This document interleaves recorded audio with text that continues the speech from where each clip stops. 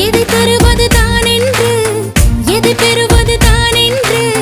குறுக்கம் நெடுக்கும் குழந்தை போல இதயம் குதித்தோட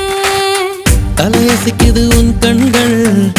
தவிக்குது என் நெஞ்சம் ஒரு தீ போல ஒரு தீ வந்து உயிரை தந்தாட